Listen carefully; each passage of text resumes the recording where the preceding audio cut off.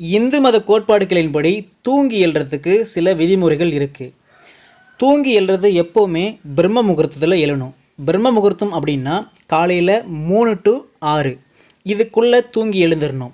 அப்படி தூங்கி எழும்போது சில மந்திரங்களை ஜபம் செய்யணும். அதில் முக்கியமான ஒரு மந்திரம் என்ன அப்படின்னா, கராக்ரே வாசதே லட்சுமி, கரமத்தியே சரஸ்வதி, கரமூலே ஸ்திதா கௌரி, பிரபாதே கரதர்ஷனம் அப்படின்ற மந்திரத்தை சொல்லி சரஸ்வதி, லக்ஷ்மி, கௌரி இந்த 3 தேவியரையும் வணங்கும்போது அந்த நாள் சிறப்பாகவும், இப்படி தினமும் சொல்லிகிட்டே வரும்போது நம்ம வாழ்க்கை சிறப்பாகவும் மாறுறதுக்கான வாய்ப்புகள் இருக்குது அப்படின்னு இந்து மத ஆசாரங்கள் சொல்லுது.